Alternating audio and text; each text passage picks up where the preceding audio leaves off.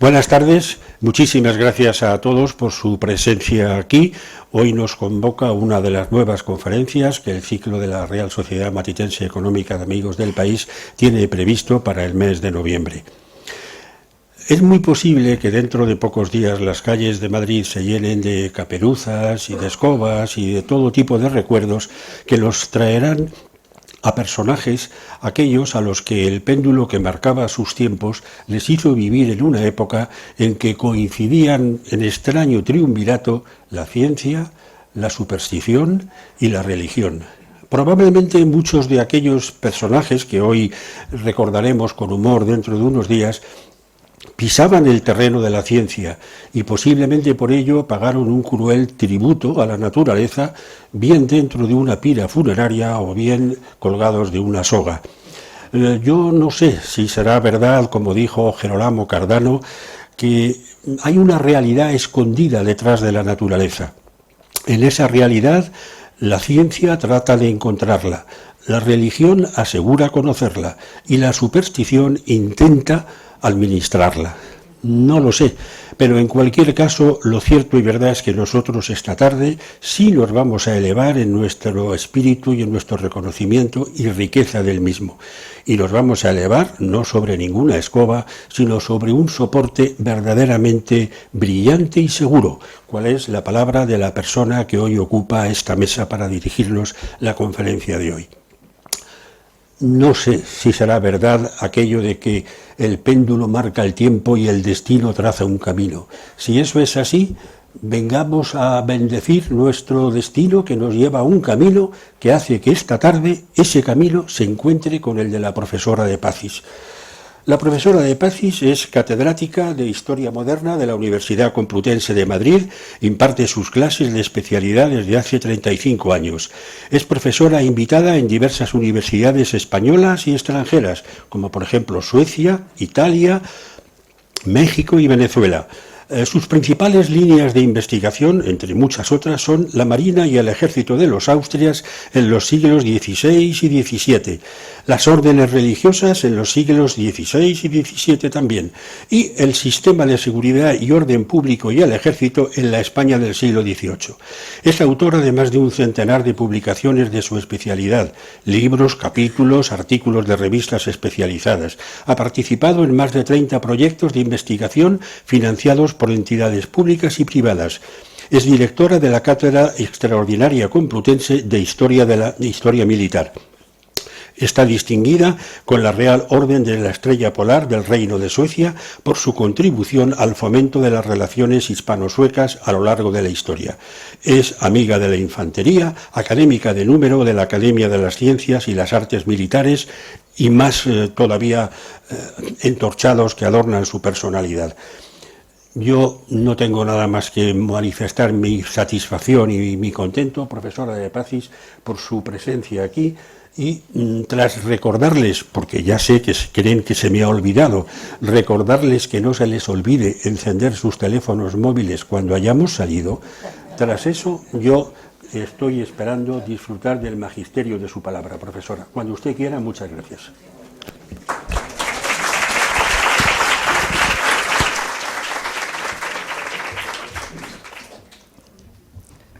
Muchas gracias, Antonio.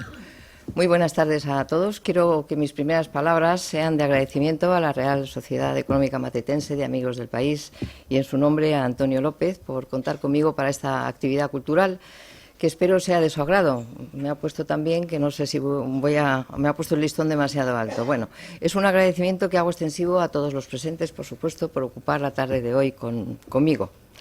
El tema que he propuesto pretende mostrar, a ver si voy...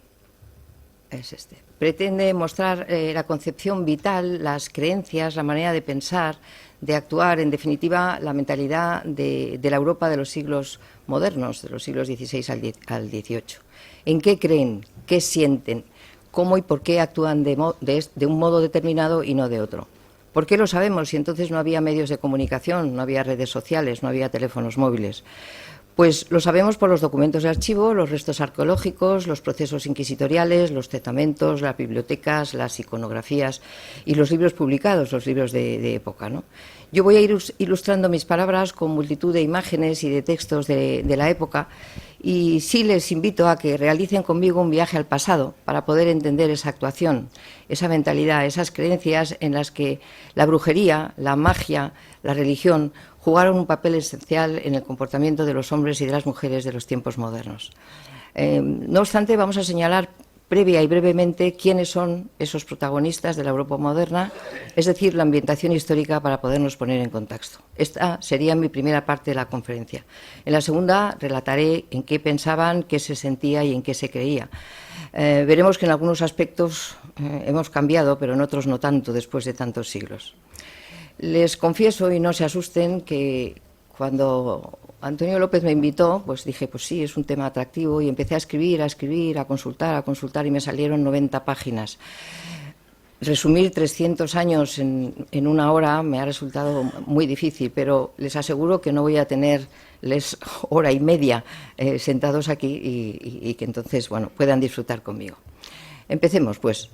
A partir de la segunda mitad del siglo XV se produjeron una serie de cambios en toda Europa, en España, por supuesto, como parte de ella, cambios demográficos, sociales, políticos, económicos y culturales, como si de alguna manera se pasara de un tiempo viejo a un tiempo moderno, más armonioso, más lógico, en definitiva, más humano. Surgieron nuevas formas de pensar, de gobernar, de sentir, de creer, de concebir el mundo. Y no es que las personas de 1499 supieran que al año siguiente se iban a producir una serie de cambios, sino que esos cambios, esas transformaciones se fueron realizando de manera paulatina. Son transformaciones muy lentas.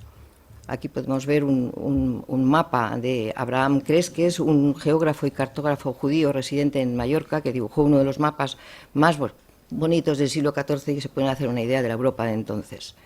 En este segundo mapa ya tenemos a los estados europeos del siglo XV.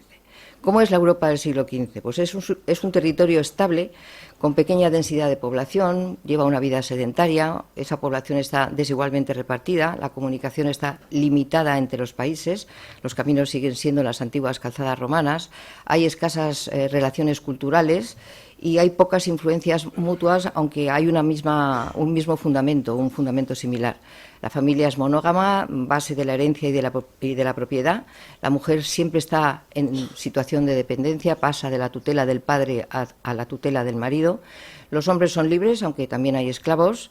Hay una gran diferencia entre lo que ocurre en el campo y de lo que ocurre en la ciudad, pero estas ciudades van a ir creciendo sobre todo a partir del siglo XIII. En esta época la presencia de la Iglesia es constante y su lengua, obviamente, el latín. Poco a poco van a ir apareciendo las distintas lenguas vernáculas, es decir, las derivadas del latín.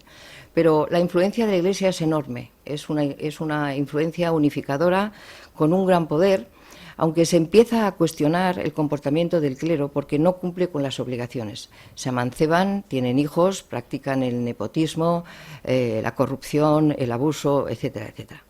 Estamos ante una sociedad sacralizada, es decir, la religión marca la vida y el ritmo vital.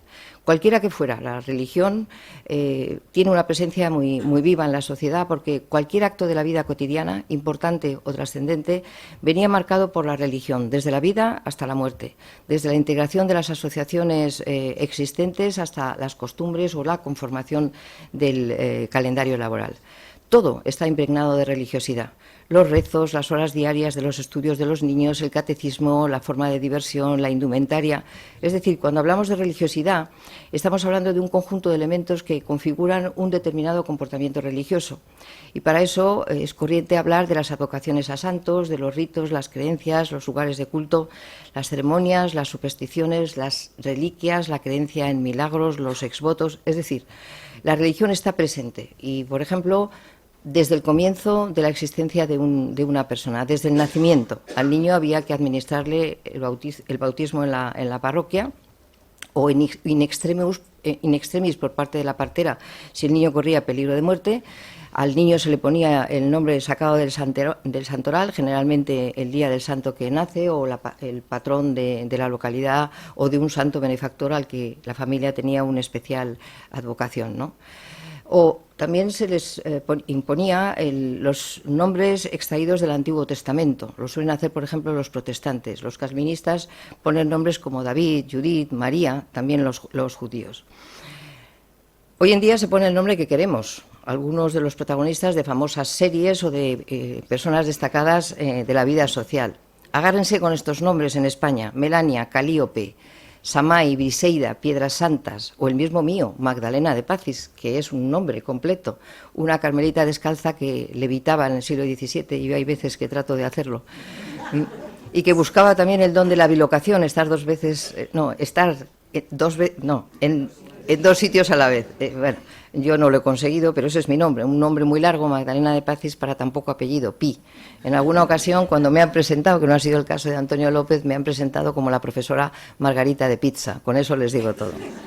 Bueno, en el mundo hoy en día nos encontramos, no es exageración, con nombres como Walt Disney de Jesús, Tommy Lee Jones, Mozart Armstrong, Johnny Walker, Jack Daniels, James Bond 007 o Vince Superman, auténtico. En fin, para gustos, ya saben los colores. También desde la propia muerte, cuando se llama al sacerdote de la persona que va a morir, se tiene que confesar, se le administra el viático vía camino hacia las provisiones que se van a dar al enfermo para el viaje que va a emprender, ¿no? También la comida es otro acto en donde hay una presentación clarísima, una invocación a la religiosa, a la costumbre de santiguarse, de bendecir a los alimentos o de agradecimiento al terminar de comer. Y en el matrimonio, pues el cura da la bendición nupcial a la pareja y comienza su unidad familiar. Incluso la vida diaria se articulaba alrededor de las horas religiosas, el ángelus a mediodía con el tañido de las campanas, pero también en otras religiones, el almuecín 5 veces al día mirando a la Meca, desde el mirar de las mezquitas, ¿no? La religión también está muy presente en el trabajo, se desarrolla siempre en un marco cristiano, bajo la advocación de un santo varón, la explícita prohibición de trabajar en un día feriado. La gente se arreglaba y se ponía sus mejores trajes el domingo y, por supuesto, guardaba las fiestas, porque así lo decían los mandamientos. Oír misa todos los domingos y fiestas de guardar. Incluso la diversión, como veremos en el caso de los autos sacramentales del teatro, también tenía temas religiosos en un principio. Por lo tanto, en la época de la modernidad, las prácticas religiosas giran en torno a multitud de elementos. Las peregrinaciones a santuarios o a otros lugares sagrados, a Roma, a Jerusalén o a Santiago de Compostela, las concentraciones de masas en las iglesias para escuchar el sermón y recibir una instrucción catequizadora, o pasando por las formas individuales de leer la Biblia y otros textos sagrados en la intimidad familiar. Pero también con la acumulación de reliquias. Las reliquias son los huesos de santo. Felipe II logró coleccionar 7.144 reliquias de santos, 14 cabezas entre ellas. Resulta complejo entender la obsesión religiosa de aquel periodo. Y en la esfera católica, desde las disposiciones aprobadas en Trento, comenzaron también nuevas formas religiosas, destacando pues esas iglesias barrocas muy grandes, las estatuas de santos y de santas, muchos actos públicos de vocación, el rosario, el Cristo agonizante, y eso lo vemos en las procesiones de Semana Santa, por ejemplo, incluso hoy en día, en los flagelantes, en los encapirotados que se fustigan en el látigo o incluso con el látigo, o incluso en las fiestas del Corpus. Pero sigamos viendo cómo son esos hombres y esas mujeres de la Europa moderna. Hay mucha marginación social y sexual, en especial las mujeres. Ya les he dicho antes que no tienen ni voz ni voto. La mujer, como mejor está, según la definición de entonces, es casada y, si no hay más remedio, pues profesar en un convento. Hay diferencias entre los grupos sociales, claro, altos, bajos y medios. Las campesinas tienen por objetivo tener más hijos para las labores del campo. Las mujeres, en cambio, pertenecientes a la nobleza, pues tienen menos hijos, por así les toca repartir menos, y en cualquier caso casarse para agrandar su matrimonio. En el caso de las reinas, para tener un heredero que suceda al rey. Las mujeres hacen poca vida social, van de su casa a la iglesia y de la iglesia a su casa, y su función básicamente es procrear. También en esta ambientación histórica debemos destacar que, desde el punto de vista social, no podemos hablar de clases sociales, sino de estamentos. No hablamos tampoco de castas. Distinguimos entre los privilegiados y los no privilegiados. Los privilegiados son nobleza y clero porque tienen una serie de privilegios. Los otros son todos los demás. Estado llano, entre los cuales hay que distinguir los que viven en el campo de los que viven en la ciudad. Durante toda la Edad Moderna, es decir, del 15 al 18, van a desarrollarse también diferentes movimientos culturales o intelectuales que suelen ir asociados a los siglos. Hablamos del siglo XVI y en este caso el movimiento intelectual es el Renacimiento, el humanismo. El siglo XVII es el barroco y el siglo XVIII es el siglo de las luces o el siglo de la Ilustración. Nuestra expresión, los siglos de oro, donde nuestras insignes plumas fueron extraordinarias, desde Lope de Vega, pasando por Gracián, pasando por Góngora, terminando en Cervantes y culminando con Calderón de la Barca o con Francisco de Quevedo, siglos de oro, es la plenitud de las letras españolas y habla o recoge los siglos XVI y XVII. Hay un gran desarrollo de las bibliotecas. Aquí tenemos un ejemplo de la Biblioteca Vaticana, o de la biblioteca del Escorial, cuando Felipe II decide levantar ese monumento. Y algo fundamental, por supuesto, para la creación de esas bibliotecas, pues fue la invención de la imprenta atribuida al alemán Johannes Gutenberg. Fíjense ustedes en este mapa las fechas de nacimiento de las imprentas en Europa, es decir, se difunde como reguero de pólvora. Las universidades también van a ir naciendo en toda Europa a partir del siglo XIII. Y políticamente, pues vamos a pasar de las monarquías autoritarias en el siglo XVI a las monarquías absolutas del siglo XVII, que están representadas en Luis XIV, el rey francés, con su famosa frase, «L'État c'est moi», el Estado soy yo, al despotismo ilustrado del siglo XVIII, es decir, un paso más de ese absolutismo del siglo anterior, con la famosa frase «todo para el pueblo, pero sin el pueblo». Bien, como señalaba con anterioridad, la Iglesia, el poder o la ascendencia, la influencia de la Iglesia es fundamental, lo domina todo. La formación, la educación, son confesores de los reyes, son miembros de la Inquisición y se tiene un concepto de Dios que es un Dios, es un ser justiciero, es un Dios magnánimo, pero también es un ser misericordioso. El hombre está próximo a él porque ha hecho al hombre semejante a imagen y semejanza, según el pensamiento renacentista, y por eso el hombre va a tener un gran protagonismo. La Iglesia cuenta con unos instrumentos para ejercer su función espiritual: las predicaciones, los sermones desde los púlpitos de las iglesias, los libros escritos, que se llaman los sermonarios, también las lecturas sagradas y, por supuesto, los confesionarios. Y a través de ellos, la Iglesia lo que hace es instar al comportamiento de la feligresía, lo que deben rezar, cómo y cuándo y dónde, cómo deben comportarse en Semana Santa, en Navidad y otras fiestas religiosas, incluso lo que deben comer, cómo deben actuar sexualmente, si pueden o no, en función de la época en la que ha tocado vivir.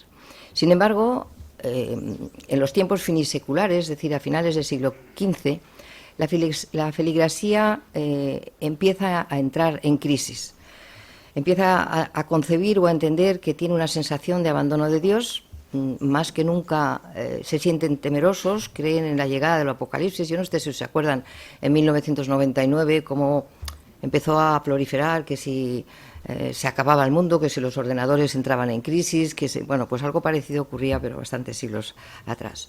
Se tiene la convicción de la llegada del anticristo, de ahí que proliferen ¿cómo se dice?, lecturas compulsivas de hagiografías, es decir, de libros de santos y de otros libros sagrados, una obsesión enfermiza por la adoración a la Virgen, a Santa Ana, a San Joaquín, los padres de la Virgen, a San José. Empieza a crecer sobremanera las devociones, las asociaciones piadosas, las cofradías, los rosarios callejeros, y aumentan las peregrinaciones a los 3 lugares santos: Roma, Jerusalén y Santiago de Compostela. Y esta feligresía, que tiene esa sensación de abandono de Dios, como no haya consuelo en su desasosiego vital, no recurren a los miembros de la Iglesia porque están siendo poco ejemplarizantes, porque los papas tienen hijos, porque los papas son corruptos, porque el estamento eclesiástico no cumple con el objetivo para el que nació. Pues empiezan a contactar con otras creencias, con el maligno, con las brujas, con las magas, con los magos, con los hechiceros, las hechiceras y los astrólogos. Hay que distinguir muy claramente lo que es un astrónomo, que es aquel que estudia la ciencia, que a su vez estudia los cuerpos celestes del universo, las estrellas, los planetas, sus satélites, para ver cuáles son sus movimientos y explicar las cuestiones que inciden directamente en la Tierra. Y la astrología no es una ciencia, sino un conjunto de tradiciones y de creencias que sostienen que es posible reconocer o construir significados a través de las constelaciones. Cuando una se pone aquí y otra dice allá, pues que va a ocurrir tal cosa y tal otra. O también se recurre a los nigromantes, a aquellos que practican la nigromancia. es decir, ese proceso adivinatorio a través del cual se predice el futuro invocando a los espíritus de los muertos, ¿no? Es una época, como decía antes, en donde hay realmente una verdadera obsesión por las reliquias o por la magia, que siempre ha acompañado al ser humano. Magos famosos los conocemos todos: Merlín, Dumbledore, el de Harry Potter, o de la saga del Señor de los Anillos, Saruman, Gandalf. Dependiendo de la civilización, la magia venía de unas u otras personas. Por ejemplo, la Sibila o la Pitia es la profetisa de las culturas griegas y romanas. Las vemos representadas en los cuadros de Rafael o de Miguel Ángel. Parece ser que hace referencia a la Sibila llamada Herófila o Délfica, que es la primigenia pitonisa de Delfos, de quien se decía que ella fue la que profetizó la guerra de Troya. Aquí tenemos otra. Teníamos, porque no sé qué ha pasado, que no puedo ponerla. A ver si la pongo así, vale. La Sibila de las Alpujarras, de 1911, de Julio Romero de Torres, que pinta a una cantaora, Carmen Casena, que presenta una baraja que enseña el 4 de oros, que es el símbolo de la decepción amorosa. O también cualquier evento, los reyes y los líderes consultaban siempre las previsiones de los oráculos, ¿no? Por supuesto, el mundo celta nos trajo la figura del druida, una especie de mago, casi un filósofo, un sacerdote, que ha inspirado personajes tan entrañables pues como este, Panoramix, en los cuentos de Asterix y Obelix, con dibujos del francés Albert Iderso, y, por supuesto, su poción mágica, ¿no? Pero, sin duda alguna, el mago más importante de todos los tiempos ha sido Merlín, una de las figuras centrales del ciclo artúrico, es decir, el conjunto de tradiciones épicas británicas relacionadas con la leyenda del rey Arturo y transmitidas oralmente de forma escrita o en forma de película. Con su larga barba blanca, que implicaba sabiduría, que era capaz de hablar con los animales, que cambiaba de forma, que se hacía invisible, que controlaba el clima, se discute si llegó o no llegó a existir. O la figura de Vainamoinen, también en Finlandia, un hombre anciano, un hombre sabio, con voz portentosa y mágica, que inspiró esta película que todos conocemos, a Gandalf y a Saruman, el Señor de los Anillos, el bueno y el malo, ¿no? Este mago que era considerado pues un sabio eterno que ponía orden en el caos, ¿no? Y este es el famoso Merlín de Walt Disney, ¿vale? Luego la Edad Media trajo un aumento de la creencia en fantasías fomentadas por el cristianismo, que trató de aplicar el concepto de magia al concepto de milagro, y empezaron a distinguirse distintos tipos de magia.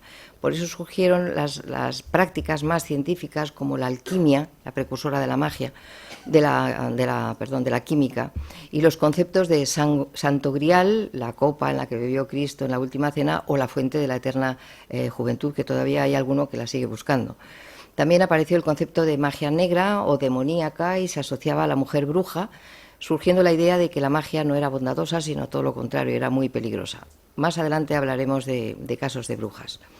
En la Edad Moderna se extendió la creencia de acumular huesos de santos traía la suerte y posibilidad de salvarse. Y aquí tenemos pues, osarios en donde se recogen distintos huesos de santos, ¿no? Que llaman, ya digo, poderosamente la atención. Pero tenemos un caso en particular, que es el de este hombre, Girolamo Savonarola, un religioso dominico, predicador, confesor de Lorenzo de Médicis, que predicó contra el lujo, el lucro, la depravación de los poderosos, la corrupción de la Iglesia. Dirigió sus ataques contra el Papa Alejandro VI, que le valieron su excomunión, la prisión, la condena en la hoguera por un tribunal de la Inquisición en la Plaza de la Señoría de Florencia, que tienen ustedes en la imagen. Murió quemado el 23 de mayo de 1498. Muchos llegaron a pensar que era un verdadero profeta, el profeta de los últimos tiempos, pero él lo que creía era estar convencido de que con sus críticas solo quería corregir los muchos defectos que tenía entonces la Iglesia. Como decía antes, existe una omnipresencia de lo sagrado en la vida diaria, se ve en las horas religiosas, en el trabajo, en el toque de ángelus, ¿no?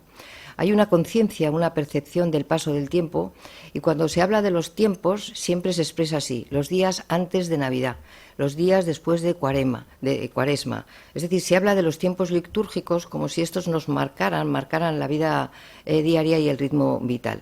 Por lo tanto, los tiempos religiosos son la referencia mejor para entender el paso del tiempo, porque los europeos no tenían un claro concepto ni conciencia de tiempo, algo más de los días, pero no de las horas. Solo las grandes ciudades contaban con un reloj público, a veces muy estropeado, y los almanaques, es decir, el registro de los días del año, pues eran muy raros, ¿no? En el siglo XVIII, por ejemplo, las campanas de las iglesias madrileñas sonaban a las 8 de la tarde. Entonces los hombres se paraban, se quitaban el sombrero y todo el mundo rezaba. Y los días del mes no eran consignados por su correspondiente número adjetivo numeral, sino que se habla más bien el día de la procesión de la Virgen del Rosario, el domingo octavo de la Epifanía, el segundo domingo de Cuaresma, y se habla de la Virgen de Agosto, se habla de la festividad de San Miguel, se habla... Hoy en día en los pueblos de España todavía se sigue utilizando.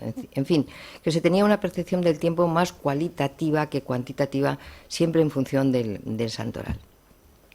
En ese periodo las creencias, entre las cuales se encuentra la religión, la magia, la brujería, están muy asociadas entre sí. Por ejemplo, la religión en la vida diaria se vive desde la individualidad, en las prácticas personales que puede hacer un individuo, desde el bautismo, la confesión, los oficios religiosos, las procesiones a las que acude, y por eso utiliza instrumentos religiosos como esas reliquias que hemos mencionado y hemos visto, o los exvotos, que son ofrendas a la divinidad en cumplimiento de una promesa o en agradecimiento por un favor recibido, y son objetos que se cuelgan de la pared o en el techo de una iglesia.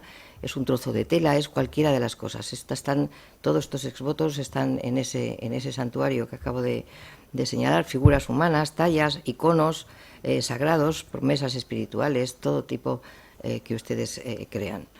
También la religiosidad se vive desde la muerte, desde el mundo del más allá, del mundo sobrenatural, que no se alcanza a comprender bien, simplemente se cree. El que tiene fe cree que existe otra vida más allá, pero que provoca cierta angustia si se pretende comprender racionalmente, porque están las cofradías de ánimas, las hermandades que forman algunos devotos para ejercitarse en obras de piedad, tocan las campanas.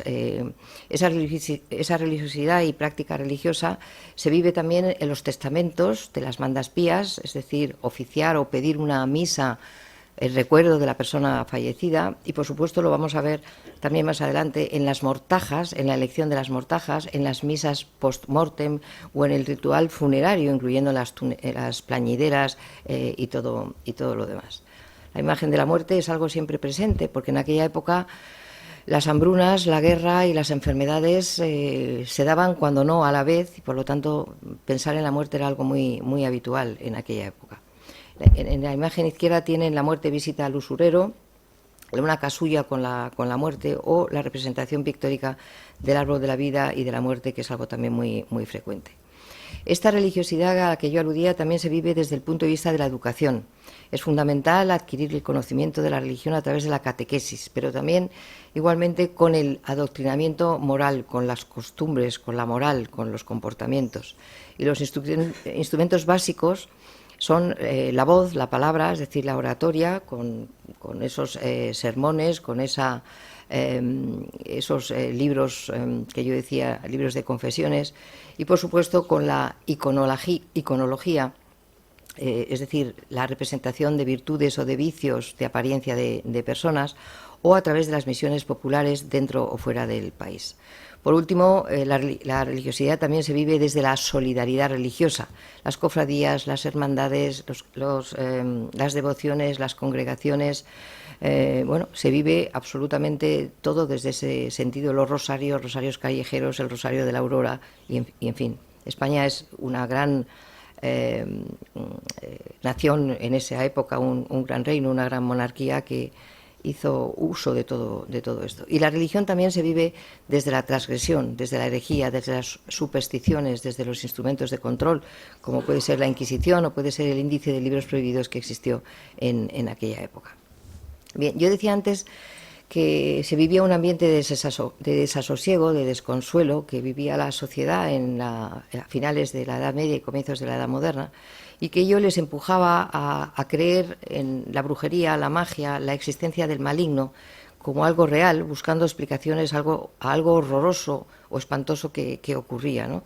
Era una humanidad que vivía expectante ante los desconocidos, que se acercaba con miedo hacia lo que podía ocurrir, ¿no? Y por eso las cosas malas que les ocurrían en la vida les hizo perder o hacer tambalear su propia fe. Y porque había muchas calamidades que se abatieron sobre la humanidad, desastres naturales, un terremoto, un volcán, o se culpaba a los judíos o se culpaba algo que tenía que ver con estas creencias. Claro, la realidad que vivían entonces tampoco ayudaba, porque teníamos un papado poco edificante, una actitud profana y frívola de los clérigos, con simonía, con corrupción, con inmoralidad, con deshonestidad, ¿no? Entonces el hombre se empezó a encontrar con una situación de indefensión y, bueno, se empezó a entender que era un castigo divino, pero también se le daba una interpretación mágica y supersticiosa, ¿no? Y entonces empezaron a aparecer una serie de ideas en donde entraron en juego el mago, el alquimista y el nigromante al que antes yo aludía. Y por eso se empezó a dudar de Dios. A dudar de Dios de una manera muy clara, porque Dios decía que se salvarían unos cuantos elegidos y que esos se salvarían sin ningún problema, pero empezó la duda. ¿Sería yo el elegido?, se preguntaban las personas. De esta manera, si uno no sabía que era el elegido y los representantes de Dios no nos ayudaban, ¿a quién se acudía? Pues a ese maligno. Yo, que soy una cinéfila empedernida, les recuerdo esta maravillosa película, En el nombre de la rosa, y la frase que se recoge en ella: ¿qué hay de preocupante en la risa? Que la risa mata el miedo, que sin el miedo no hay fe y que sin fe no hay Dios. Analicen cómo es una religión con temor hacia Dios.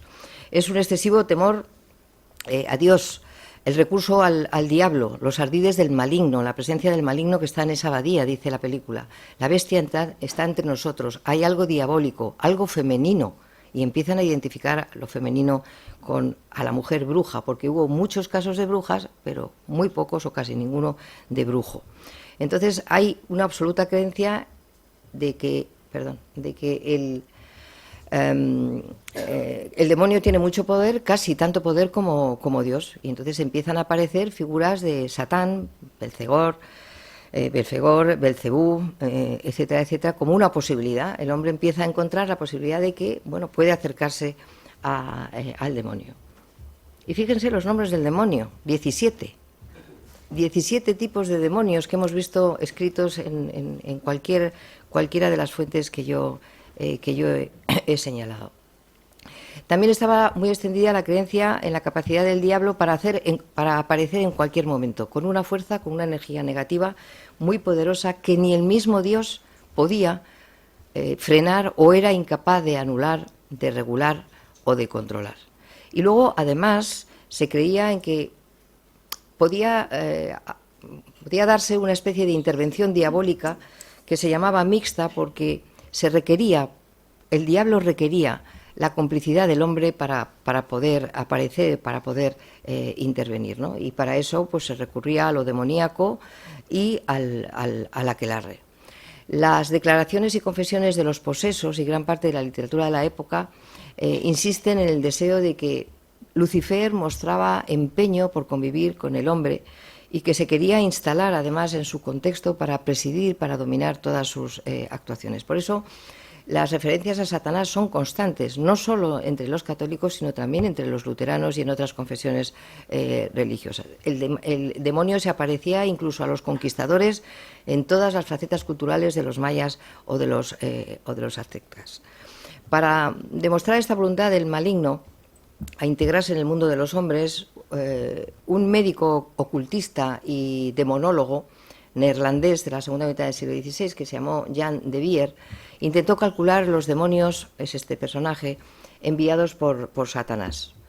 Y llegó a determinar un número específico de hombres, de demonios, que él clasificó después en legiones, y esas legiones tenían el número de 666, que hacían referencia a lo que es el número del demonio. Y empezaron a difundir la idea de que había que perseguir las brujas. Si una persona era considerada sospechosa de brujería, Se la tiraba al agua, y tiene una imagen, con las manos y los pies atados. Si flotaba y no se ahogaba, significaba que era bruja y por lo tanto debía morir, con la cual la ejecutaban. Pero si se ahogaba y no era bruja, bueno, pues tenía la constancia de que sabíamos de un inocente, nada más. 7.405.926 demonios divididos en 660.666 legiones de 6.666 unidades cada una. ¿Vale? Esta es la portada del libro. De otro libro que apareció, Malleus Maleficarum, de dos predicadores que hacían inquisición en la Alta Alemania y escribieron todo un tratado sobre brujas y sobre brujería. Aquí tenemos una imagen de las brujas haciendo una pócima, volando en una escuba. Es que hay testimonios de los inquisidores generales donde dicen haber visto a una mujer subida en una escoba con la nariz larga y volando. Lo dicen los inquisidores, no lo dice la gente del pueblo que podría ser más ignorante o iletrada, ¿no? Y frente a la idea de la bruja apareció la idea de la hechicera, de la mujer sensual, de la mujer provocativa, de la mujer que engaña al hombre. No me quiero entretener, pero si luego me lo preguntan les cuento un chiste al respecto. Quiero pasar. Un chiste muy machista, pero quiero pasar sobre él. Bueno, hablábamos antes de astrólogos, de astrónomos. Hay un personaje al que me gusta mucho aludir, se llama Nostradamus. Es más conocido, era un astrólogo, sí, pero era un médico, y un médico muy conocido que fue capaz de crear unas pastillas hechas a base de pétalos de rosa para luchar contra la peste que entonces invadía toda Europa. Este médico se llamaba Michel de Notre Dame y bueno, es conocido por sus famosas profecías. Es decir, se recurría a él, lo hizo la reina viuda de Francia, viuda de Enrique II, que Nostradamus le dijo a ella, a Catalina de Médicis, que él moriría en el año 1559 en la paz de Cateau-Cambrésis, cuando se estaban celebrando unas justas, que se moriría de un lanzazo en un ojo, cosa que ocurrió efectivamente y a los 15 días falleció. Y también le anunció que todos y cada uno de sus hijos, Carlos IX, Francisco II, Enrique III y después su yerno Enrique IV, serían todos y cada uno de ellos reyes de Francia, y eso es lo que ocurrió. Bueno, ustedes podemos creérnoslo o no, ¿no? Resultado de todas estas creencias, pues está el libro de la tragicomedia de Calisto y Melibea, de Fernando de Rojas, de 1499, la imagen de Celestina. La Celestina, cuando busca un conjuro mágico, barbas de cabrón, describe el libro. ¿Para qué? Para que Calisto consiga el amor de Melibea. Aquí tenemos otra imagen supuestamente de Celestina acechando a Melibea. Y muy poco a poco a los hechiceros, a los magos, a los nigromantes, brujas, brujos, se les profesó una gran veneración, una gran admiración y se les prestaba el mismo nivel de atención que a los santos o a los ministros de la Iglesia. Aquí tenemos una imagen de la práctica de la nigromancia o de una reunión de aquelarre. ¿Cuál era la imagen de la bruja? Pues siempre en femenino. Hay temor y consideración hacia la bruja. Se la considera como una traidora dentro de la comunidad que blasfema al insultar a la cruz, que hace mal a sus vecinos, que comía niños o que se ocupaba de orgías sexuales con los demonios. Afirma un testigo de la Inquisición, era una horrible bruja y vieja mujer con la nariz de hierro que volaba montada en un mortero y que comía niños. Lo dice, insisto, bueno, es la mujer que pacta con el diablo en la Europa católica y reformista. La persecución de la brujería se inició ya en 1484 por una bula del Papa Inocencio VIII que permitió que la Inquisición pudiera intervenir en la persecución contra las brujas, porque se las consideraba especialmente cómplices del demonio y se las perseguía porque le rendían pleitesía y devoción. ¿A qué se les condenó? Indudablemente a la pena más grave, a morir en la guerra. En los procesos de brujería, ni qué decir tiene, que se vertían al mismo tiempo denuncias falsas, recelos entre vecinos por querer ocupar la parcela del que vivía al lado, la misoginia o inclusive las frustraciones sexuales de los inquisidores. Las mujeres eran torturadas sin compasión hasta que confesaban delitos imposibles. Y se distinguieron, esta es otra imagen de una actividad nigromante, y se distinguieron los íncubos, que eran los diablos con apariencia de varón que tenían comercio carnal con una mujer, y los súcubos, el diablo con apariencia de mujer que tenía comercio carnal con un hombre. Aquí tenemos el ejemplo de una mujer poseída por el demonio. Hubo persecuciones penales para los sospechosos, se recurrió al tormento como la vía más expeditiva para controlar los procesos de la brujería. Cualquier excusa era buena para perseguir a los... Si había un crucifijo invertido, si había restos de arena en una esquina de una casa, todo era motivo de sospecha. Hay que tener en cuenta que una persona podía denunciar a otra simplemente yendo a la Inquisición y firmando con una X. No necesitaba ni siquiera saber leer. Bueno, a partir de la segunda mitad del siglo XVI, la caza de brujas se institucionalizó por toda Europa. Todos estaban deseosos de lograr una integración y una disciplina de los súbditos y por lo tanto la brujería no tenía razón de ser, ¿no? Esto hizo que con la excusa de perseguir a las brujas, pues también se perseguía a los pobres, a los viejos, a los marginados, a todos aquellos que perturbaran el orden social. Y entre esos que podían perturbar el orden social se encontraban las propias prostitutas, las rameras, porque llevaban una rama en sus vestidos de color pardo y acabado en pico. De ahí decir que se dijera que irse de picos pardos era ahora se dice irse de juerga. Cuando yo se lo pregunto a los alumnos, me dicen, ¿qué es irse de picos pardos? Y me dicen, irse de juerga. Digo, no, el origen es este. Y ustedes no se van de prostitutas, que sepan cuál es el verdadero origen, ¿no? Estos son escenas de prostíbulos de Sevilla en el siglo XVI.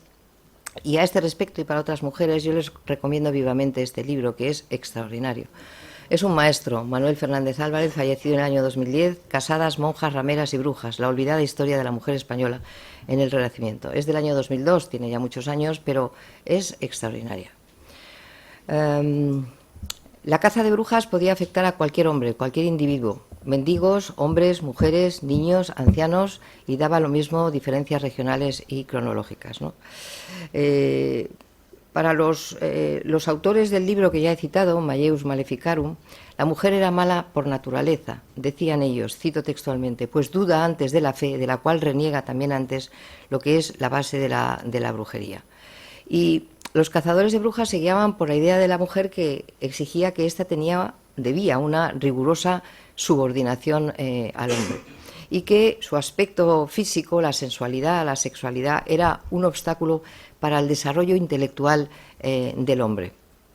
Yo no me he resistido a traerles un texto de un gran humanista valenciano que se llama Juan Luis Vives, que escribe un libro, La mujer se halla supeditada al hombre, y que dice esto en 1500 y pico. En el matrimonio, como en el ser humano, el varón representa al alma, la mujer al cuerpo. A aquella le compete mandar, a este le toca servir si ha de poder vivir el hombre. Declaró esta misma subordinación esencial la naturaleza, que hizo el varón más apto para el gobierno que a la mujer. En los grandes empeños y a la hora del peligro, el miedo de tal manera quebranta y desmoraliza a la mujer que la saca de seso y de juicio, puesto que es invencible la pasión aquella y la desposee de todo uso de razón. Pero dice más adelante, allego a esto que, como en la mujer surgen más a menudo los trastornos fisiológicos, su juicio está afectado de siempre por alguna impresión y por ende es menos consecuente consigo misma, agitado por borrascas de afectos contradictorios y por lo mismo casi siempre inválido e ineficaz. Muy sabiamente, como en todas las otras enseñanzas, dice San Pablo, la cabeza del varón es Cristo, la cabeza de la mujer es el varón. En esa fecha.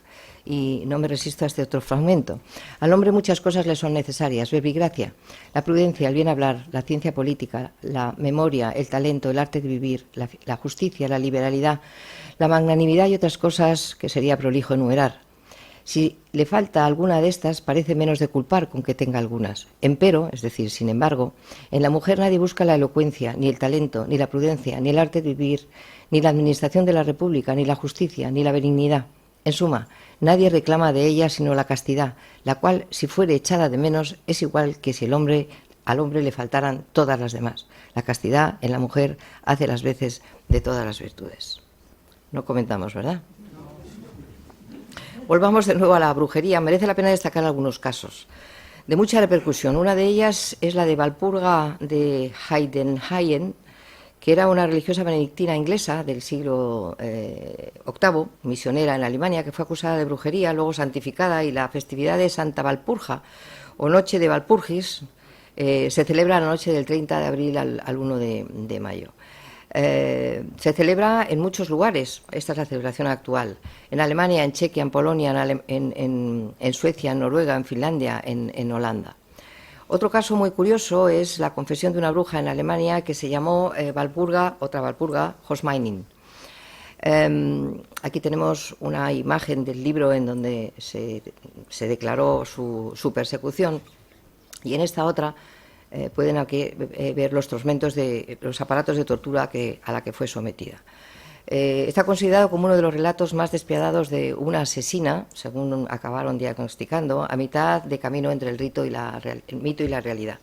Se desconoce su fecha de nacimiento, entre 1510 y 1527. Se sabe que trabajó como doncella durante mucho tiempo. Parece que era una mujer respetada y valorada, que no existen referencias a su mal comportamiento, pero en 1587 comenzaron una serie de acusaciones de brujería contra ella cuando ya era una mujer madura, cuando ya era viuda, y protagonizó uno de los ejemplos más brutales de brujería de la historia de Alemania.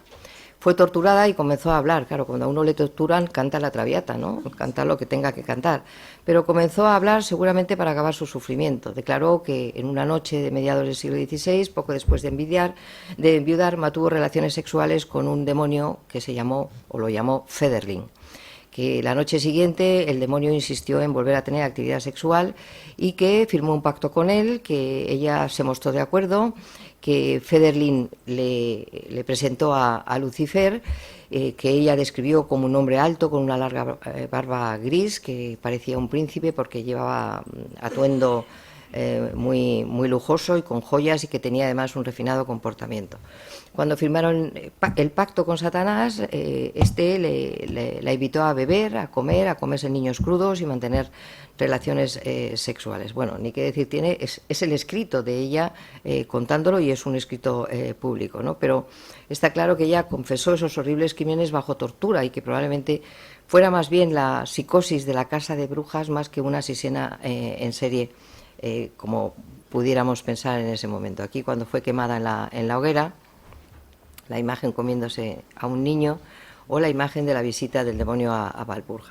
Se sabe que sus cenizas fueron esparcidas por el río porque se le negó el privilegio de ser enterrada, de lo que se deduce que seguramente moriría sin derecho a un juicio justo. Este proceso está en la línea de otros sucedidos en distintas partes de Europa. Es el caso de las brujas de Aberdeen, en el noroeste de Escocia.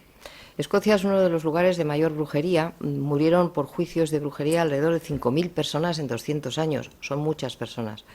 Llama la atención que los sucesos que yo voy a relatar a continuación, y uno se lleva, yo creo que las manos a la cabeza, y se pregunta cómo era posible tanta ignorancia y tanta crueldad. Pero hay que verlo siempre no desde el presentismo, con el que yo estoy haciendo una valoración imprecisa, sino que hay que entenderlo en el contexto en el que se produjo. La mentalidad del pueblo llano de los siglos XVI y XVII es completamente distinto a la nuestra. Bueno, es el caso de esta mujer, Gillis Duncan. Se ha reproducido en una serie de televisión bastante conocida que se llama Outlander, no sé si ustedes están al tanto, y se enmarca dentro de los juicios de brujería de North Berwick, que es un pueblecito al noreste de Edimburgo. Fue un largo proceso que implicó a 70 personas, incluidos miembros de la nobleza, gente de la Casa Real de Escocia y de Dinamarca.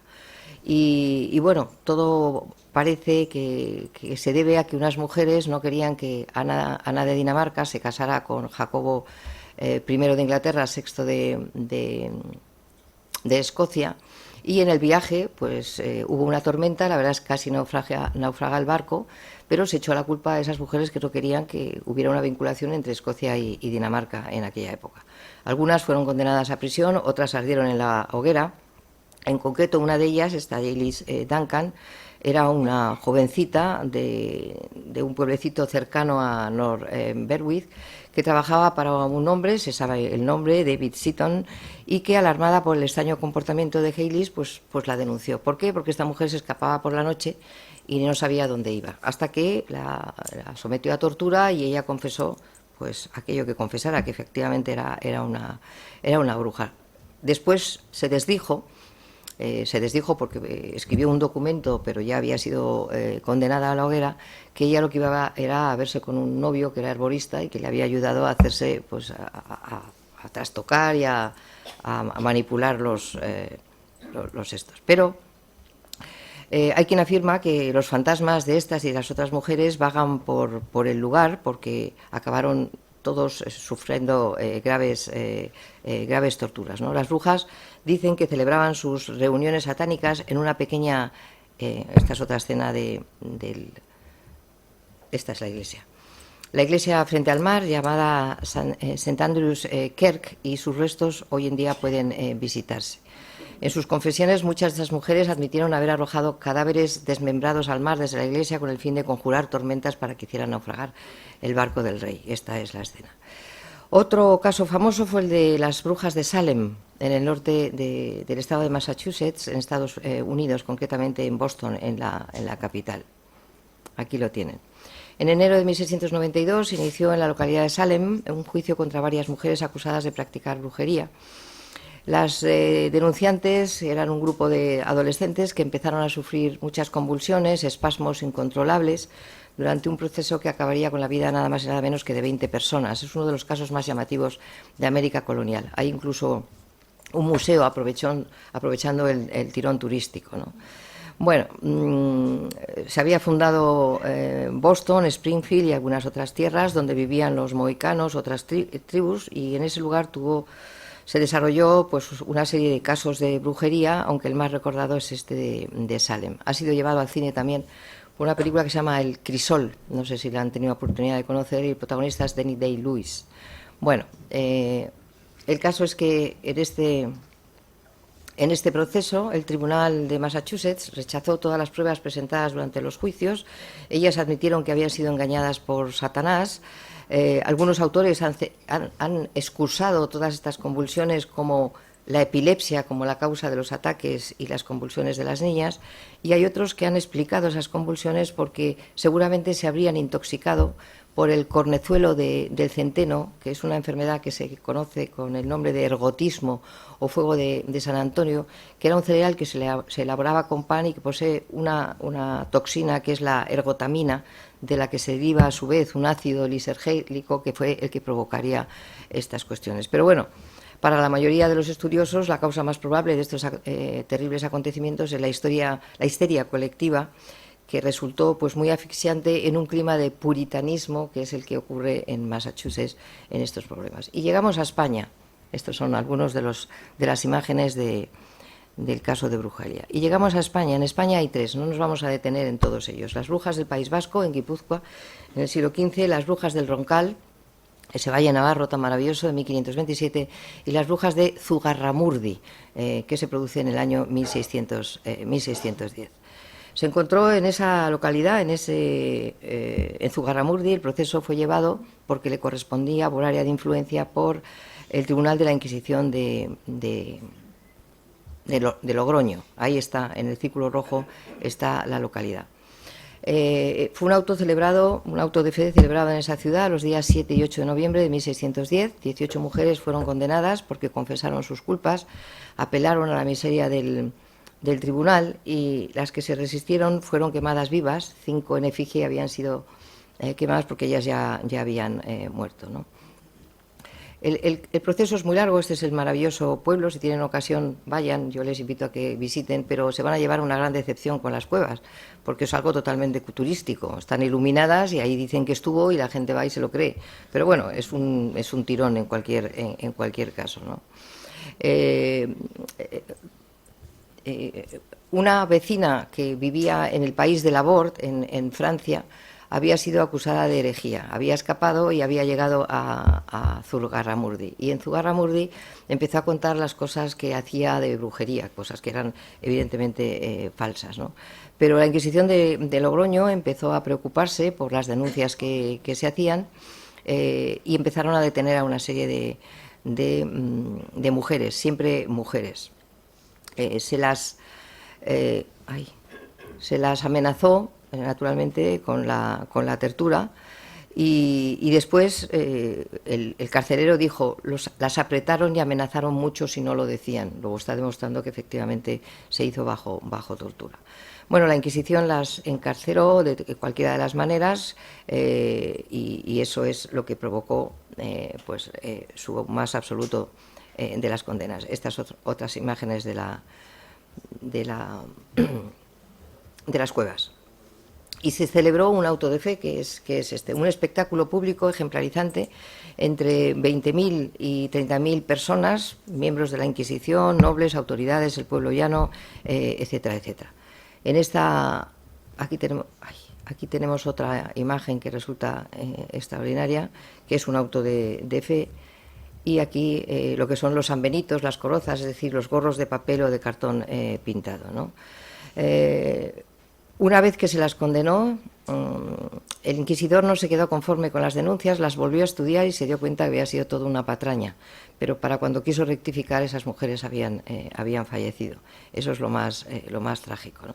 Hay una película irreverente donde las haya de Alex de la Iglesia, que pueden consultarla si quieren. Yo tenía puesto aquí un vídeo, pero como voy regular de tiempo, pues vamos a continuar. Se cree en la existencia del bien y del mal.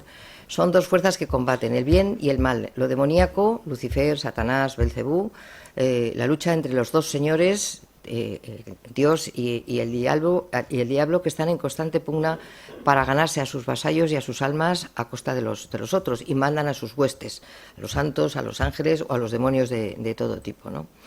Pero se cree también en otros seres, en seres muy variopintos, los seres sobrenaturales, los espíritus, los espectros, las ánimas. También se cree en los monstruos, en otras criaturas medio humanas, que pueden ser vampiros. Sí, se cree en vampiros, se cree en hombres lobo. Y se cree también en los espíritus esencialmente buenos, como son los ángeles, y los esencialmente malos, como son los demonios, ¿no? Fíjense ustedes estas creencias. Se cree en las hadas, en esos seres bienhechores, genios femeninos típicos de la tradición celta, que están presentes por toda Europa. Hay muchos relatos que nos hablan de forma oral y que se les invocaba para pedir algo, para apresarlas o para estudiarlas. También se cree en los duendecillos, que aparecen en el folclore europeo, incluso los teólogos creen en ellos, que primero parecen inofensivos, luego parece que se vuelven más malos. Son los demonios familiares o domésticos. A veces son invisibles, a veces hacen el bien. Aquí los tenemos. Seres incorpóreos, sobrenaturales e invisibles, o apariencias fantasmales, como son estas que estoy poniendo en imagen, que incomodaban con su presencia en formas espectrales que causaban espanto. Incluso estos seres naturales ya en el siglo XVI estaban divididos en 4 grupos. Miren, la imagen izquierda, una ninfa, una nereida o dríada, los gnomos, por supuesto, los que vivían en el aire, los silfos, o las salamandras, que eran los que vivían entre el fuego. Evidentemente, a finales del siglo XVII, ni los cartesianos, ni los racionalistas, ni los ilustrados después acabaron creyendo y consideraron todo esto pues más bien restos de superstición, de ignorancia y de cultura bárbaras, ¿no? Tengo que ir más deprisa. Sí, me preocupo, porque no les puedo tener sentados hora y media. Imágenes más, en las almas en pena o en los espectros. Numerosas personas afirman ser testigos de estas apariciones. Las habían visto escuchar o incluso actuar. Personas que habían sido muertas de forma muy, muy violenta, ¿no? El ejército de difuntos, o lo que podemos llamar los muertos vivientes, que son los actuales zombies que salen en todas nuestras películas, en nuestras series o en nuestros libros. Desde la Iglesia Católica, por regla general, nunca se hizo demasiado caso de estas apariciones espectrales o fantasmas. Se decía más bien que perturbaban la paz de las casas.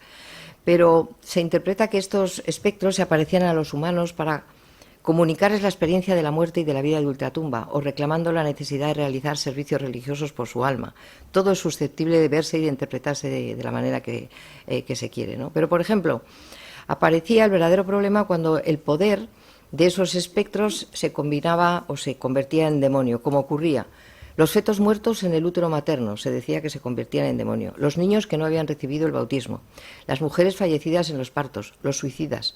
Los ahogados. Los ahorcados. Fíjense ustedes qué cantidad de espectros teníamos por ahí danzando y nosotros sin saberlo. El catolicismo alimentó la creencia de esos espíritus porque alentó la doctrina del purgatorio. Todas esas personas tenían que estar en el purgatorio hasta que alcanzaran, sufriendo diferentes tormentos para poner a prueba su fe y después pues pasar al cielo, ¿no? Y teólogos católicos y teólogos protestantes negaron cualquier aparición de difuntos porque unos creían en la predestinación, como era Calvino, otros decían que solo las buenas obras podían salvarse, las buenas obras y fe se podían salvar, que eran los católicos, y luego estaban los luteranos que decían con creer es suficiente, de nada sirven las buenas obras. Hay un grupo, actual grupo EPTA, del padre José María Pilón y su equipo de expertos en parapsicología, que nació en el año 1987 y que está especializado en fenómenos paranormales, de tal manera que incluso lo llamaron, se abrió un expediente en la Comunidad de Madrid para ver qué pasaba en el Reina Sofía, porque había sufrido una denuncia por parte de una persona que trabajaba allí, que había recibido amenazas, se encendían y se cerraban las luces, se subía y se bajaba el ascensor, había unos ruidos ensordecedores, etcétera, etcétera, etcétera, ¿no? En la Europa oriental también se detectan distintas apariciones espectrales que fueron denominados vampiros, seres diabólicos. Aquí tenemos algunas de las imágenes. En un tratado público, por ejemplo, de 1732, se habla del vampirismo en los Balcanes y se dice: los vampiros salen de sus tumbas por las noches, atacan a las personas que están tranquilamente dormidas en sus camas, les chupan la sangre del cuerpo y los matan. Igualmente acosan a hombres, mujeres y niños por igual, sin importarles edad ni sexo. Son hombres que han fallecido hace tiempo, salen de su tumba y van a perturbar a los vivos cuya sangre chupan con fruición, dice otro testimonio, y para destruirlos recomendaba clavarles una estaca, cortarles la cabeza, arrancarles el corazón o quemar sus cuerpos. Es muy frecuente oír esto. Por supuesto, también hay apariciones o visiones de santos, de la Virgen, siempre en un sentido protector o benefactor.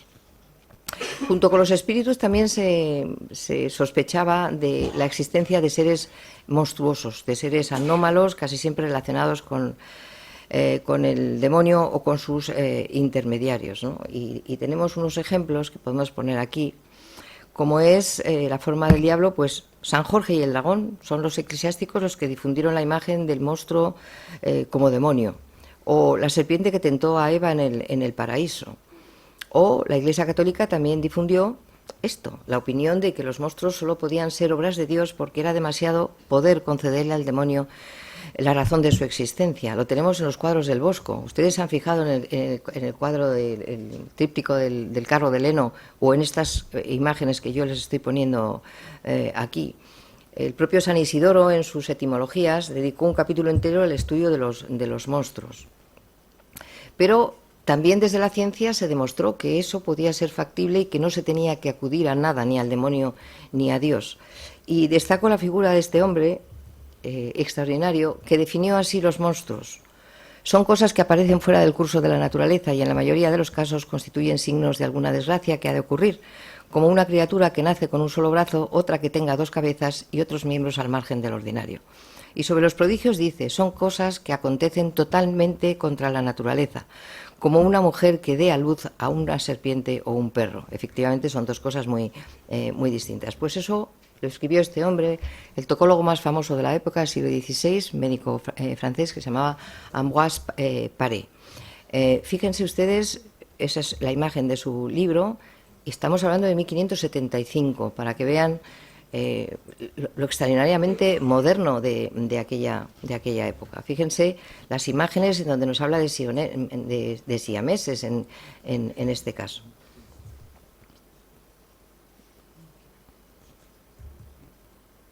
La figura de un cerdo donde tiene pies y manos, la cara de un hombre. Eso sería un prodigio realmente.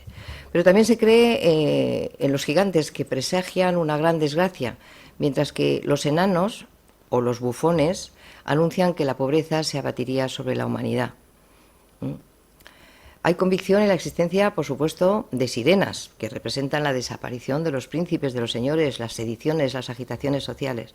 Esta es otra sirena.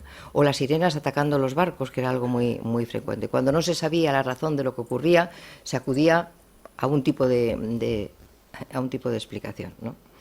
Y bueno, también es importante señalar que cuando llega Lutero, clava sus 90 y tantas tesis en el castillo de Wittenberg y empieza a hacer una crítica feroz contra la Iglesia Católica y a establecer la doctrina luterana que van a abrazar muchos de los alemanes y otros territorios de Europa, pues empieza una guerra panfletaria, si quieren, una guerra mediática entre los católicos y los protestantes, a todos los que no lo son, aunque ambos hundan sus raíces en el cristianismo, ¿no? Entonces se utilizó la alegoría monstruosa como sátira para criticar al adversario, ¿no? Un ejemplo de estos es esta, la prostituta de Babilonia. Eso decían los luteranos de la Iglesia, cuando se refería a la institución papal. Era la Iglesia sentada sobre un monstruo de varias cabezas. O las ilustraciones que también hizo para la obra del propio Lutero, esta es la Iglesia, montada en esto, la obra que hizo el propio Lutero representando al monje becerro o al papa asno. Están ridiculizando, obviamente, ¿no?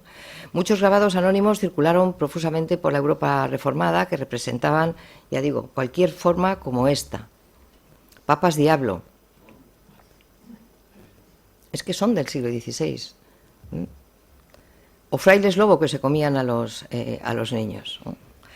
Por su parte, el lado católico no se quedó atrás. Contestaron a estas ofensas representando a Lutero también de la siguiente manera. El monstruo de las 7 cabezas, ese era Lutero, con los 7 pecados capitales como cabezas. O el ternero monje, ridiculizando también a Lutero. Fíjense si fue tal la ridiculización y las alegorías que presentaban al famoso duque de Alba comiéndose a los niños. En una famosa escultura. Ya saben que en Holanda a los niños no les asustan diciendo que viene el coco, sino que viene el duque de Alba. No sé si el duque o la duquesa, perdón por ella, por el respeto. Bueno, se cree en la licantropía. Aquí tenemos más imágenes de la época. Los hombres que habían sufrido una metamorfosis como consecuencia de la acción demoníaca en las noches de luna llena, que adquiría, por lo tanto, poderes sobrenaturales, que atacaba a los rebaños, atacaba al hombre. Y claro, la licantropía fue objeto de atención, de discusión, desde 2 perspectivas. La perspectiva de los demonólogos, que presentaban que la teología tenía que estudiar obligatoriamente a qué personas podían considerarse demonios, y las de los médicos, que consideraban que podía ser una enfermedad psicológica, un hombre que tuviera alguna deformidad física, que se hubiera abandonado y por lo tanto pareciera efectivamente un deficiente mental y que hubiera hecho pactos con el diablo. Tenemos ejemplos de licántropos en Rusia, en Lituania, en Livonia, y hay algunos casos también en España. Se cree igualmente en los seres, las criaturas celestiales, ángeles, seres invisibles y etéreos. Es lo que estudian los autores sagrados, desarrolla la angeología.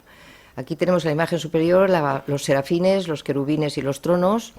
La segunda tendríamos las dominaciones, las potestades y las virtudes, y en la tercera los principados, entre los cuales se destacan los arcángeles y los ángeles. Los arcángeles se ocupaban de proporcionar el bienestar del conjunto de la humanidad y los ángeles a cada hombre en particular.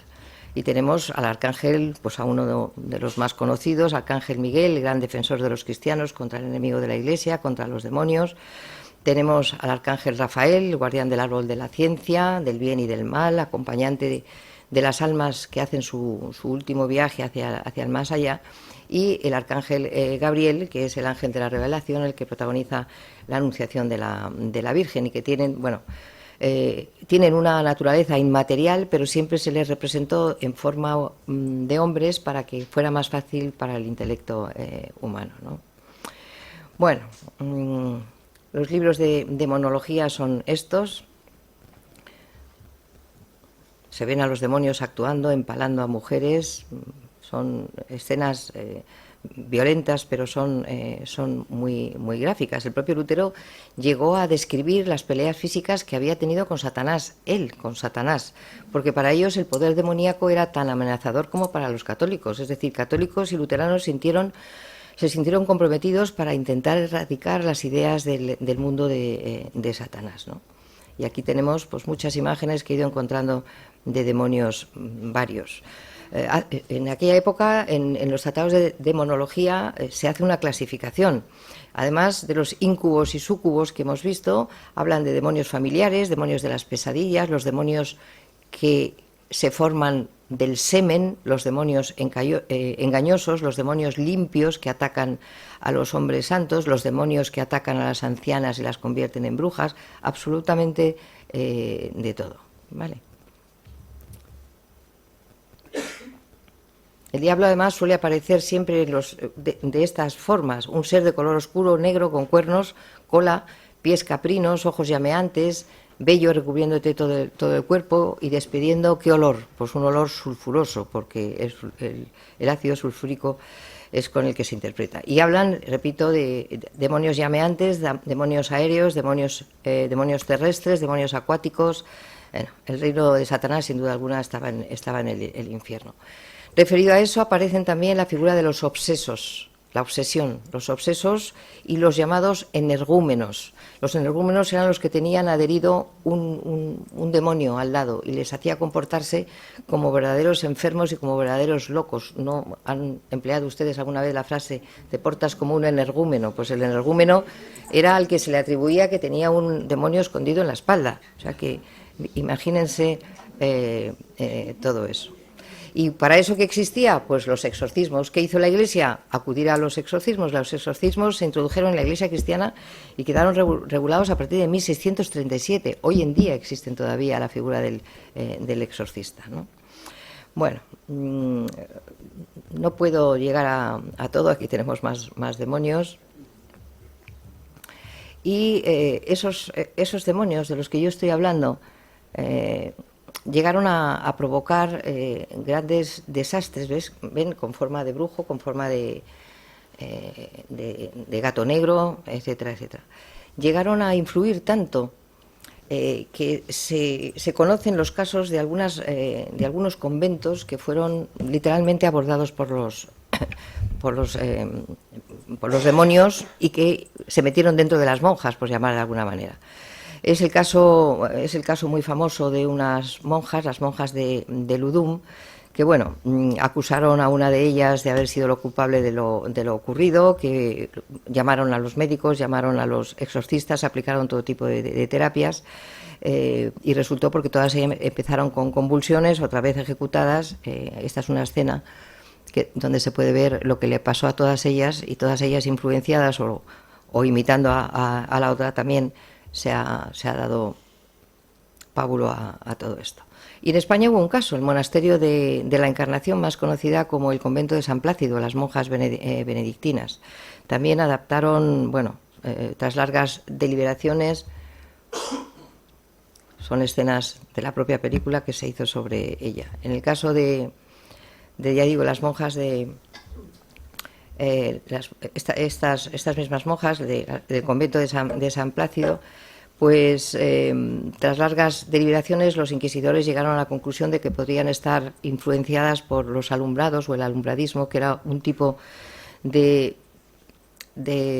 posición religiosa que no rayaba, no se salía de la ortodoxia católica, pero hablaba de una comunicación directamente con Dios a través de un arrobo místico, sin necesidad o no tanta la necesidad del sacerdote, ¿no? Ya termino. Uno de los factores que más cercanos tuvieron los hombres y mujeres de aquella época fue la muerte. La muerte, yo creo que es el hecho más dramático de la existencia humana y es la muestra más palpable de que todo individuo le va a tocar, quiera o no, ¿no? Es la constatación de que estamos de paso. Es el acontecimiento más certero de todos los que una persona tiene en la vida, ¿no? todo tiene remedio menos la muerte, dice un conocido refrán, ¿no? Bueno, ante la certeza de la muerte, el hombre se ha comportado de muchas maneras, desde convicciones religiosas profundas, convicciones mágicas, convicciones filosóficas, convicciones budistas, de todo tipo, ¿no? Pero es interesante que hay que entender que hay que interiorizar esa muerte, que inspira ese hecho tan conocido como es la muerte, cómo se adapta la vida a una muerte próxima, qué imagen proyectas de tu propia muerte a los demás. En fin, seguro que todos nosotros hemos pensado alguna vez en la muerte o hemos tratado de este tema con algunas personas, ¿no? Bueno, pues en aquella época hubo mucha preocupación, muchos libros por hablar de la muerte. Aquí tenemos dos de ellos. Philippe Ariès es un gran experto, La muerte en Occidente, en 1977, o El hombre ante la muerte. Pero hoy en día también hay preocupación por la muerte. Tenemos este libro de Vida después de la vida, donde un médico analiza los casos de 15 personas que volvieron de ver la luz del túnel y contaron sus experiencias, y este último de Sans Segarra, que él habla de la supraconciencia y habla de vida después de la vida. Son dos libros que dan una visión distinta de lo que ha sido la vida, la muerte, lo que nos espera, etcétera, etcétera, para quienes crean o dejan de creer, lo que resultan muy interesantes, ¿no? Bueno, decía que estaba terminando. El testamento, por ejemplo, es uno de los elementos más fundamentales que existen en relación con la muerte. Fíjense este de Zurbarán. Primeramente encomiendo mi alma a Dios, nuestro Señor, Jesucristo, que lo crió. Son siempre una serie de frases que son casi... Pero dice: declaro que María de Zurbarán, mi hija, que está en Sevilla, me debe 8.000 reales de vellón, más o menos, lo que fuere y pareciere por las cuentas de la mercaduría que la tengo remitida. Mando se cobren. O sea que en los testamentos estaba toda la parafernalia, cómo tenía que amortajarse, cuántas misas se tenían que decir, cuánto dinero se tenía que aportar a la Iglesia, pero el que le debía dinero, incluida su hija, debía pagar, ¿no? O sea que en el testamento nos encontramos con una parte espiritual y con una parte, obviamente, una parte material, ¿no? Bueno. Aquí tenemos portadas de libros o interiores de libros que nos hablan de la muerte, de la danza de la muerte. Es algo muy corriente. Pero lo que quiero hacerles llamar la atención es que en aquella época aparecieron unos libros que se llamaban los Ars Moriendi, es decir, el arte de morir. Había preocupación por cómo morirse. Eran generalmente ilustrados, anónimos, algunos de ellos, luego impresos más tarde. Primero se dirigían a los enfermos, se leían. Y estos libros pues tenían como finalidad ayudar al bien morir, porque saben ustedes, había dos tipos de muerte. La buena muerte, uno testaba, uno moría en paz, se había confesado, rodeado de los suyos, y estaba el que llevaba una vida de mala muerte, que habrán empleado ustedes también esta frase. La mala muerte que había sido pues un suicidio, un asesinato, un apuñalamiento, etcétera. Es decir, que había que prepararse para bien morir. De la misma manera, este es el bien morir, para evitar la mala muerte. Esta es la imagen, por supuesto, del mal morir. Y en el tema de la muerte influyeron varios aspectos, sin duda. El ritual de la muerte, cómo se tenía que hacer, el espacio ligado a ello, porque los que tenían dinero querían ser enterrados al lado del altar. Los que pagaban más maravedíes, en el caso de España, querían enterrarse. Los pobres pues acababan prácticamente a las afueras de la iglesia. Es importante, y también lo estudiaron, el lugar en donde se produce el óbito, si es un lugar sagrado, la iglesia, si es en un lugar extraño, en medio de algún lugar, o si en particular es en la propia casa. Importante para descubrir, por ejemplo, qué influencia tenía una orden religiosa en una sociedad. Si se estudian las mortajas, se analizan las mortajas, por los testamentos se puede averiguar quién quería ser amortajado, si en un hábito de la orden franciscana, de la orden jesuita, y se da pie al respecto sobre esa cuestión. Los actos y exequias fúnebres, el propio duelo, el velatorio del cadáver, por supuesto, fundamental, y por supuesto las plañideras, ¿no?, que se dan desde época más antigua. Ni qué decir tiene que el enterramiento, ¿no? Aquí están las danzas después de la muerte. Y termino con esto. Juana la loca ante la muerte de su marido, Felipe el Hermoso. Las crónicas narran, esto es un cuadro de un pintor zaragozano llamado Francisco Pradilla y Ortiz, es del siglo XIX. Las crónicas narran el traslado de su marido desde la Cartuja de Miraflores en Burgos, lugar donde falleció, hasta Granada, porque era el expreso deseo del difunto. Él murió en septiembre de 1506. Juana pasó varios días encerrado en el sepulcro, besando sus pies. Pero tras meses de negociaciones con la corte, sobre todo con su padre, con Fernando el Católico, Juana logró que el cortejo fúnebre emprendiera la marcha. Ella estaba embarazada de 8 meses, esperaba a su 6º hijo, Catalina, que luego sería reina de Portugal. Bueno, viajó por la noche. Hay quien dice que ya estaba trastornada porque era capaz de no dormir. No, viajaba por la noche porque hacía muchísimo calor en Castilla y no se soportaban las altas temperaturas, ¿no? Tardó 3 días en alcanzar Torquemada, allí parió.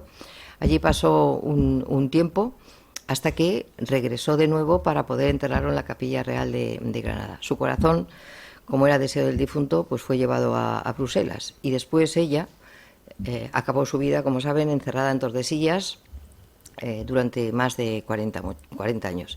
Siento muchísimo haber terminado con la muerte. Espero que ustedes no hayan desfallecido escuchándome. Muchas gracias.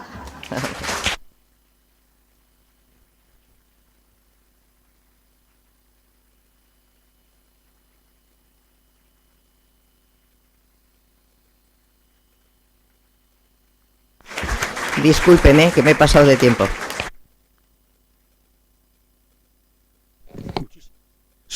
Muchísimas gracias, doña Magdalena.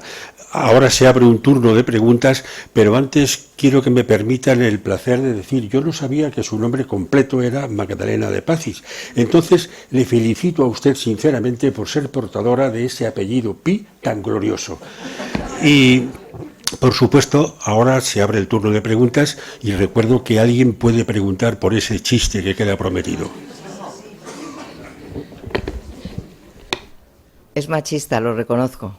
Que no se ofenda a nadie, pero es que venía a propósito de la imagen de una bruja fea, vieja, gorda, con la nariz de plata, montada en una escoba, y la imagen sensual de una hechicera, ya digo, con movimientos, con carnes blancas, provocadora y demás. Pues la diferencia entre una hechicera y una bruja son 10 años de matrimonio. Me disculpan a los que no les ha gustado, me disculpan, por favor. Pues les invito a que pregunten a la profesora de Pazis, a la profesora Pi, lo que ustedes quieran. Gracias. Sí, adelante, pero tengo, por si quieren, porque me había pasado de tiempo de sobra, 2 tráilers breves de lo que es la película El Crisol, al que he hecho referencia, y de la película Las brujas de Zugarramurdi, por si quieren verlo. Gracias. Adelante. Sí, pero realmente las brujas donde se las persiguió fue en Europa, no en España, porque en España usted ha dado 3 casitos y en el de Zumalacárregui se reconoce que estaban equivocados. Sin embargo, Calvino se cargó, ni se sabe las cantidades de brujas, y Lutero. O sea que aquí en España fuimos mucho más comprensivos con las brujas porque pensaban que tenían pequeños problemas mentales, pero nunca se les acusó de brujería porque no se dio el caso.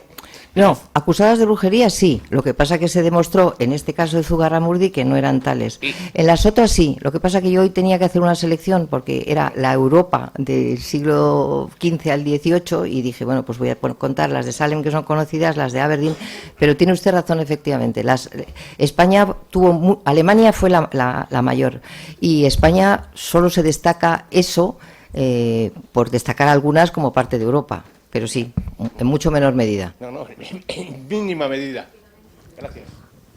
Gracias. ¿Quiere que le pongan las brujas de Zugarramurdi? Pues prepárense. Si no han visto la película...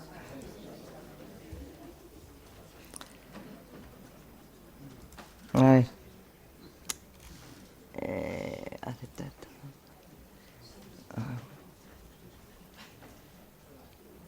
Vaya, ahora tengo que confirmar mi edad. ¿Será posible? Voy a hacer otra cosa mejor, que va a ser... No es porque no... Claro. Bueno, por favor, no, esto no lo quiero. Voy a hacerlo más. Voy a hacerlo de otra manera. Voy a hacer esto. Tienen ustedes aquí este.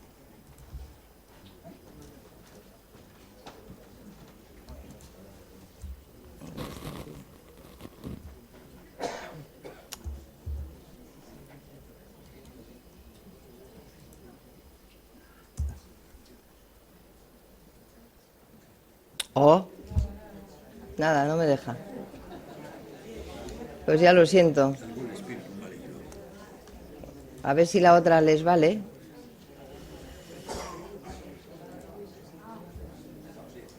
No podemos permitir que el comercio de armas con los actores del conflicto en la Franja de Gaza continúe. Una palabra más. A mí puede que a veces sea amable contigo, pero me cortaría una mano antes que volver a tocarte. Nunca nos hemos tocado. Ya. Sí, nos tocamos. Lo que algunas almas anhelan han de poseerlo. Te conozco, John Proctor. Tú me amas. Puede que sea pecado, pero me amas. Si no logran poseerlo, han de destruirlo. Vengo a detener a su esposa. ¿Con qué cargos? ¿Con qué pruebas? ¿Quién la ha acusado? La ha acusado Abigail y William. Abigail quiere verme muerta ya. Lo sabes. ¡Esta muchacha miente! Si dices algo contra mi esposa, va a ser tu fin. Solo soy el dedo de Dios, John. Él acusará a Elizabeth y la condenará.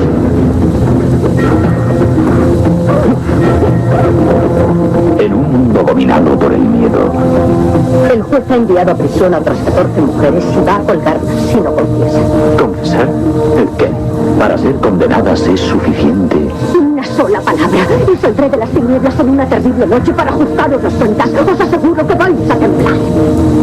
Con ser acusadas. ¡He visto a Bridget Bishop con el diablo! ¡He visto a Bridget Bishop con el diablo!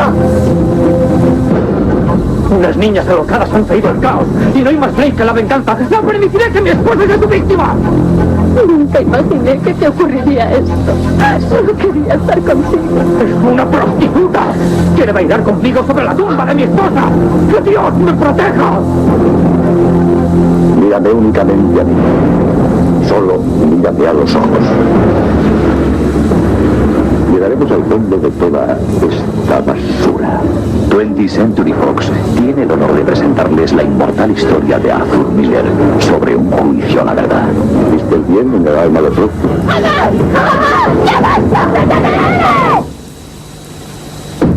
El crisol.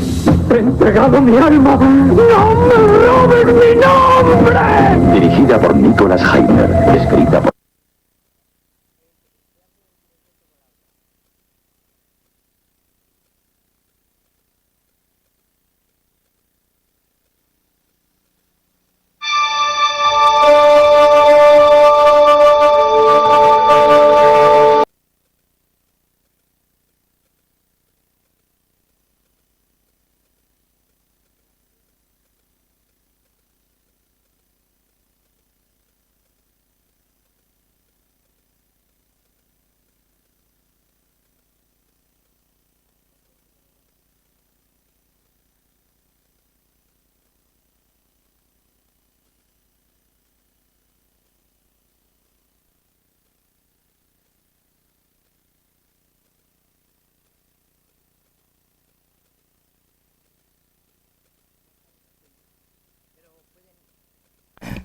No sale. Yo lo he comprobado esta mañana, pero no sé qué pasa. Pueden hacerlo buscando directamente el tráiler en internet y ya está. Vale, muchas gracias. ¿Hay alguna otra cuestión?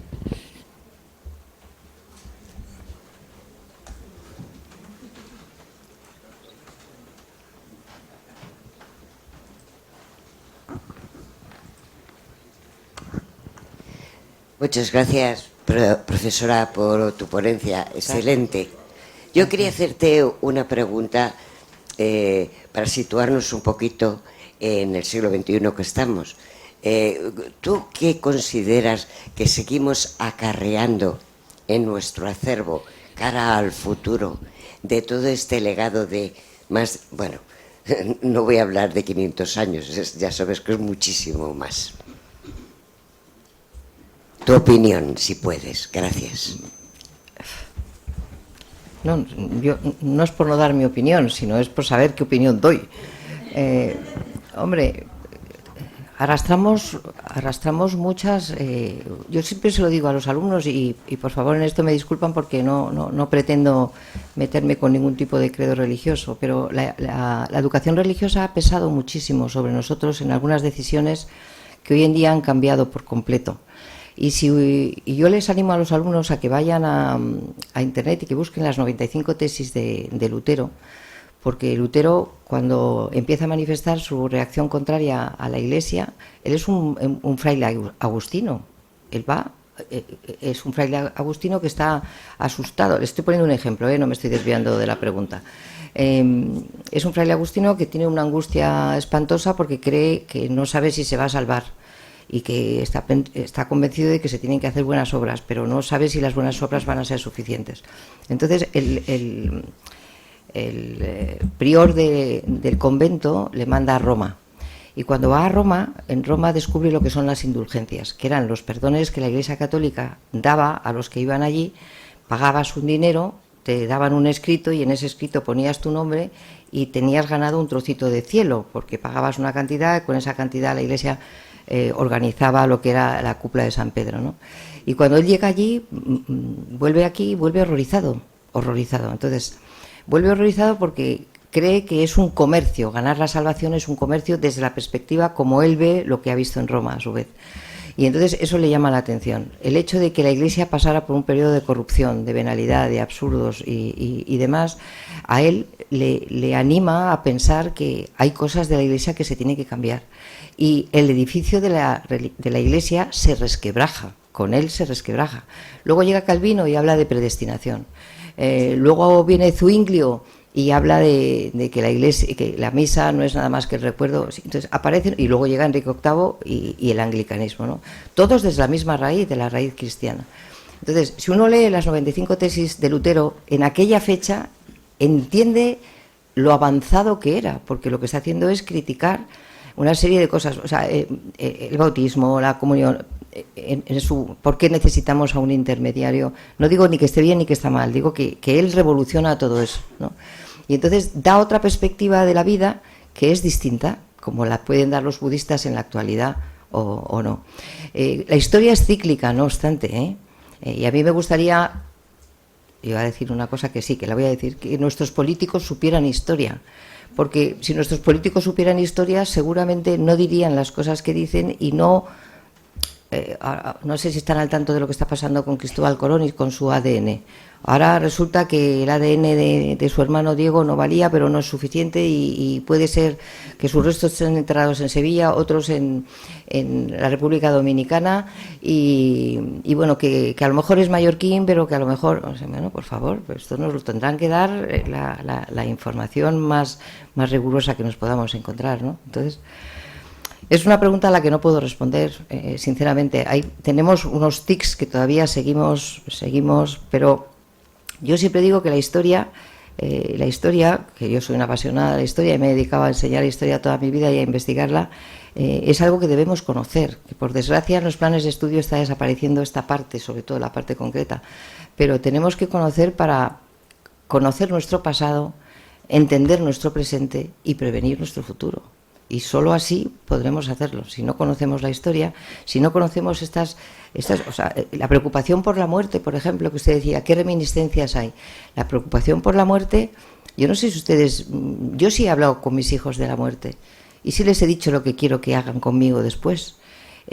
Yo supongo, y cuando uno va al tanatorio y ve los tanatorios que hay hoy en día, con esas columnas, todo con ese diseño que hay, que puedes pedir una merienda, puedes pedir una no sé qué y encargar, entonces choca con el recogimiento que entonces entendía la muerte, porque la vida que hoy en día tenemos es una vida bastante más material, porque la muerte nos acecha entre comillas. a unos cuantos más porque son los que están enfermos, pero si no, no mucha gente piensa en la muerte. Entonces dices, la muerte, pues bueno, es un elemento, y estos libros que están saliendo de Vida detrás de la vida, están psicólogos, están historiadores, están dando una vuelta sobre el concepto tradicional que a nosotros nos han hecho creer y que nosotros hemos recibido gustosamente cuando nos han enseñado la religión católica. A mí por lo menos me la enseñaron, y a la mayoría de nosotros o a la mayoría de mi edad. Entonces hay cosas sobre las que se está dando varias vueltas para poder entender que a lo mejor lo que nos han dicho de siempre no es la verdad completa. No sé si la he confundido o la he aclarado. Gracias.